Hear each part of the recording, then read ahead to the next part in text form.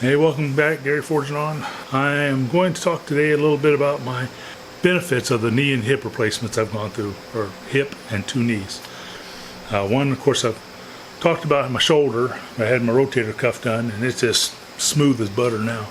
The only thing I have weird things with is it's muscle memories more than anything, but one thing I have weird tendencies with, or whatever you want to call it, is there's a sunroof in my SUV, and I don't go up there and pull that back, and I still catch myself kind of like it's almost trying to find it and pull back. That probably took a couple years. Just the stuff I did a lot, like my hair brushing, I finally got through because I was come up and be like brushing my hair because getting all that, and the doctor told me so much. A problem with the shoulder is muscle memory, and because you're having to retrain your shoulder to work again. Going to get a plate or a dish or a cup or something out of a cabinet was always like trying to work my way up there. It was almost like a concentration game trying to get that up. But now, I do it pretty good. Go through this here one that didn't have a surgery. I can still feel a little arthritis in it, but they cleaned all the arthritis up in there, and it's just nice. So that's about all I got to say for the shoulder. The hip and the knee, I didn't realize how bad it was making me walk and bend over and all that. Little things that were some people would think were simple was really hard for me. Here, I'll show you a little bit about the walking. But this is how I used to walk, between my bad hip and my bad knee on one side. Is I would twist.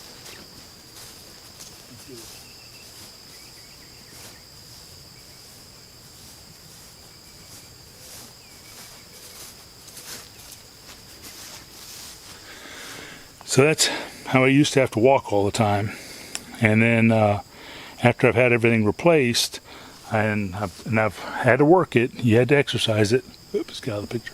Had to exercise it, and this is how I walk now.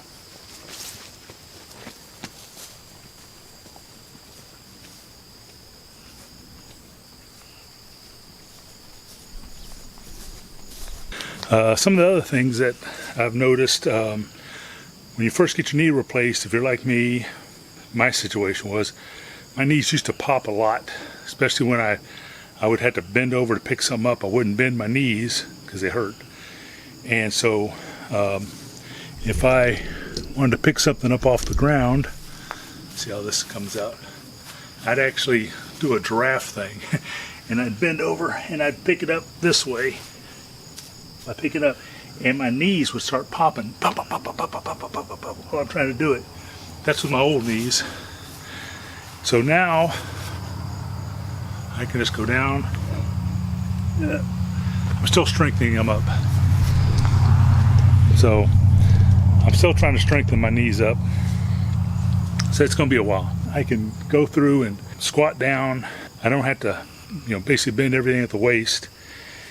And one of the things that used to really bother me was I could not reach my sock. Let me go back into the chair. So one thing I noticed, used to be with my putting on socks or doing anything with my foot, my right foot, because I had my right hip was bad, my right knee. I always thought it was my knee causing my problems. I could go down and put my sock on my left foot and reach it. Most of the time I sat on the bed and I would bring my leg up on the bed so I could reach down and get to it. And I thought that was a problem with my knee, that and my lovely physique was my main problem. Well, after I got my hip replaced and after it healed a lot, you gotta let all that swelling go down. So don't expect it to do it, 2 weeks after your surgery. But I realized I could go down and grab my foot. Before my hip and knee replacement, I could get this close, maybe 6 inches from my my foot. And I would have to get on the bed, get my sock, and I'd have to lunge forward everything I had, get my foot up on my knee up on the bed, and go at an angle and lunge forward to get my sock up around my foot, or I'd have to use one of those sock pullers. I didn't like any of those options, because if I put them on, it just hurt.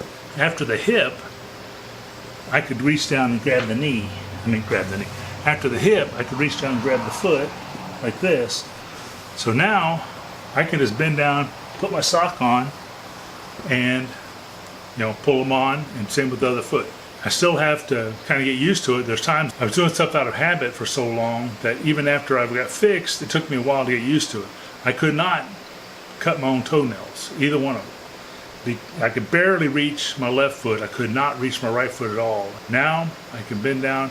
It's not, I'm not like super limber. But I can bend down and cut my own toenails now, put my own socks on, and bend down and do all that. So that was some of the things I noticed. The other thing was the clicking in the knees. I didn't really notice anything like that with the hip because it's just a ball joint. But the knees, as soon as I got the knees while they were healing, my knees would click all the time. My new knee, that metal, it went from clicking, because they always clicked some, being bone on bone, but they would click from the metal, be like as I'm walking. And that used to drive me crazy. I'm like, hope this doesn't happen for the rest of my life. But it does take a while. Like my right knee here is, like I said, it was March of 2022. It's now beginning of August of 2023. So it's over a year, about a year and a half. And it doesn't click hardly at all. It still clicks some, but nothing like it did the first year. And especially the first 6 months. My left knee that I only had done in September of 2022, so it's not quite a year. It's almost 11 months now, but it clicks less, but it still clicks more. So all the clicking that goes on in your knees, it does get better. I think what happens is, this is my opinion, because I'm not a doctor. Don't ask me for medical advice, ask the doctor. My opinion is all those where they go in there and pull everything up, away and put the new joints in and all that stuff. It takes a while for all that swelling to go down, but also for all those muscles to strengthen back up. And once the swelling's down and the muscles strengthen up, I think it kind of pulls all that joint together and it doesn't click and pop as much. But it used to drive me crazy. Every step I took, it was click, click, click, click, click, click, click, click. So it does get better on that, just to let you know. But the big things I want to talk about was the stairs, which I'll show you going up and down the stairs here out in the barn. Got these stairs I made just to go up to the loft. There's only steps I got without going up to the house. So anyway, my mind still says go one step at a time, favoring them bad leg or bad knee at the time, or whatever knee was the worst and all that stuff. And I had to tell myself not to do that. I still feel a little bit of, I call it a little bit of pain in the knee that's the newest, I guess. It's not even a year old. The one that's over a year old, my other knee, it works great now. But it took over a year probably before it got to that point. So I'm just telling you, be patient. But this is kind of how I used to go up and down stairs. This may look familiar to a lot of you, but I would go up downstairs one at a time, like this. And then I would come down the same way. I would come down like that. So now this is me with my new knees and my new hip, something you can look forward to.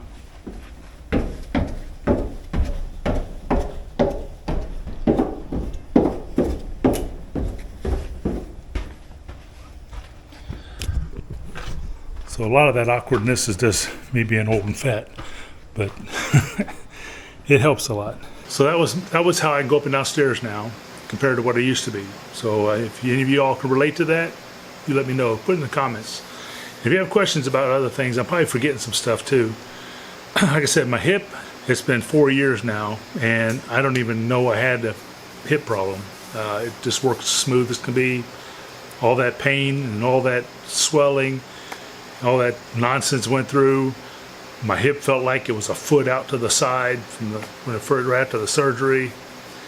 All that was is gone, and it just works great. So just let it heal. Another thing with the reaching my feet and doing my socks and all that was for years, even when I could reach my feet still, before I got to where it got so bad I couldn't reach that right foot especially, I used to call it doing the fat person's shoe tie. And I don't know how well this is going to come up with me. Clean it down here. But I would have my shoe up on something, but I would have to kick my foot way over.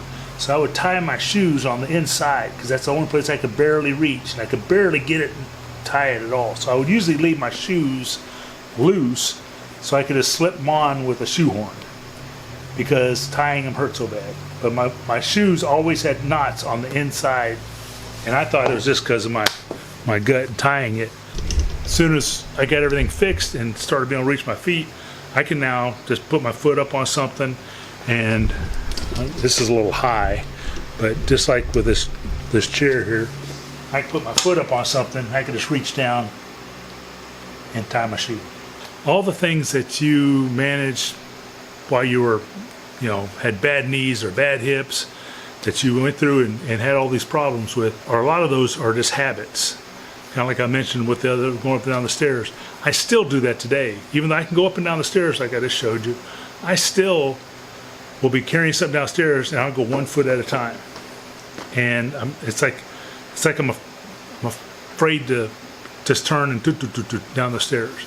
That's one of those things that, like I said, I just have to teach myself over again. It's a learning thing. I have noticed that when I had my right knee done first, and it was still sore when I got my left knee done.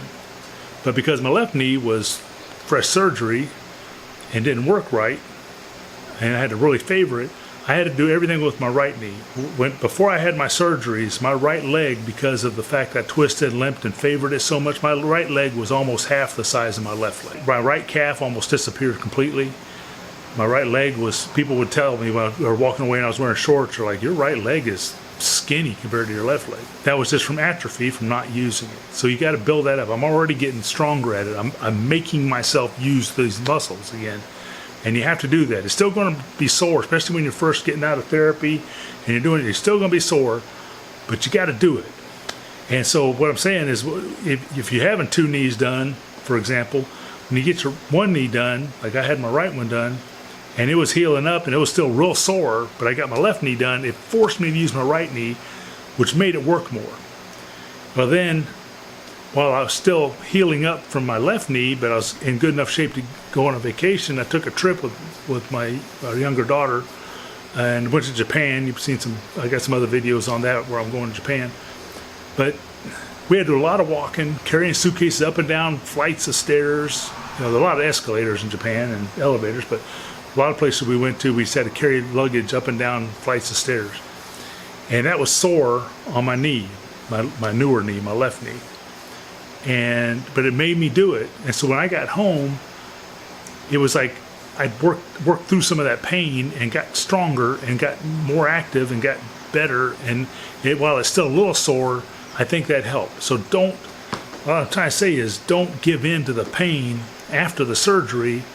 When you're going through therapy, all that stuff, but when they release you from therapy, do some activities, do stuff that make them hurt a little bit, because you've got to strengthen them up. You've been favoring them, sitting, doing all this for so long that you just got to make them work. And I just last week, one of the reasons I'm kind of late with some of these videos, we the whole family, we all went to Dollywood and Pigeon Forge for a little mini vacation before my younger daughter goes back to college. And so, of course, that's a lot of walking. And I noticed that I could walk and walk and walk. I was out walking, my wife and being able to just go up and down hills and all this stuff. And in my mind, I was still thinking my old way. I was still thinking, where's that next bench? Where's that next chair? I get here, I can't stand.